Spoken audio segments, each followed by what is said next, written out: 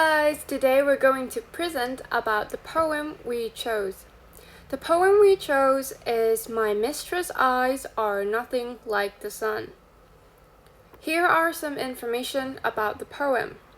Title of the poem, as I've mentioned, is My Mistress' Eyes Are Nothing Like the Sun, or Sonnet 130. Name of the poet is William Shakespeare.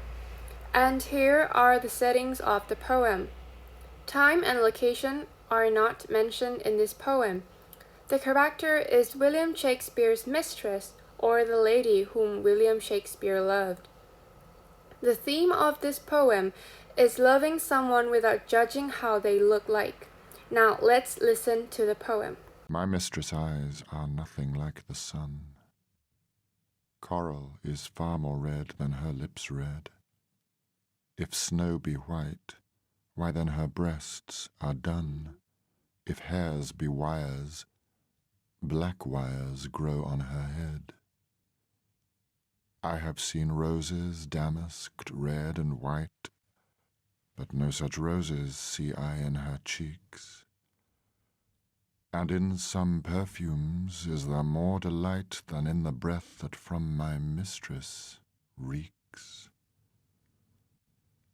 I love to hear her speak, yet well I know that music hath a far more pleasing sound. I grant I never saw a goddess go.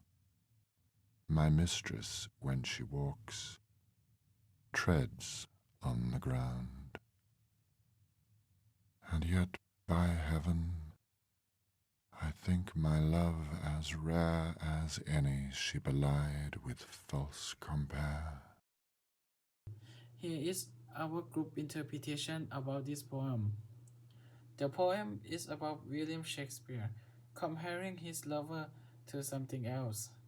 His comparison compares to his lover to many bad stuff. From line 1 to 8, the poet compares his lover to stuff.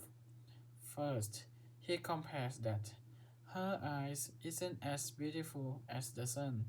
Then, he compares that red coral are far redder than her lips.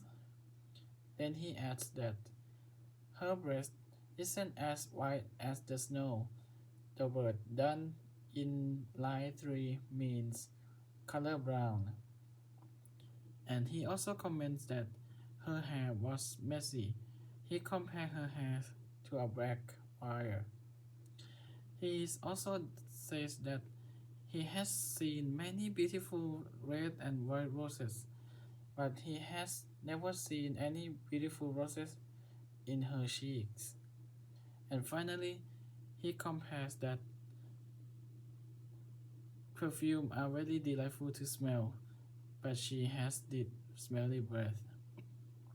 After the bad comparison he made, from line 9 to 12, the poet states that although his lover isn't that beautiful from the comparison he gave, he still loves her.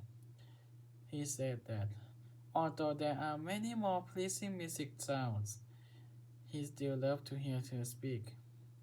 He also adds that although she isn't walking that elegantly or beautifully, but he had never seen any goddess, because all the goddesses are in the heaven.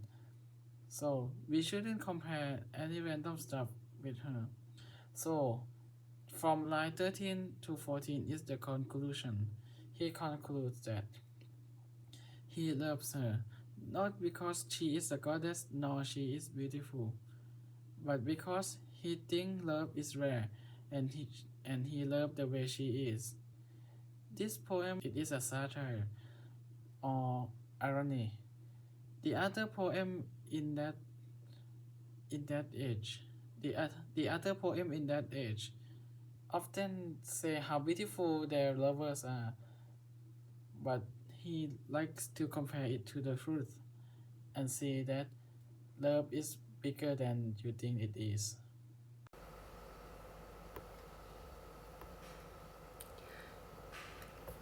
And here are the reasons we chose this poem.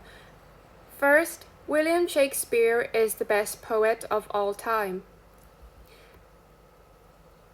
Moreover, it shows the beauty of love, that love is above everything. Then, loving someone from true heart is better than judging someone else's look and love them accordingly to their look. And finally, there are many techniques used in this poem.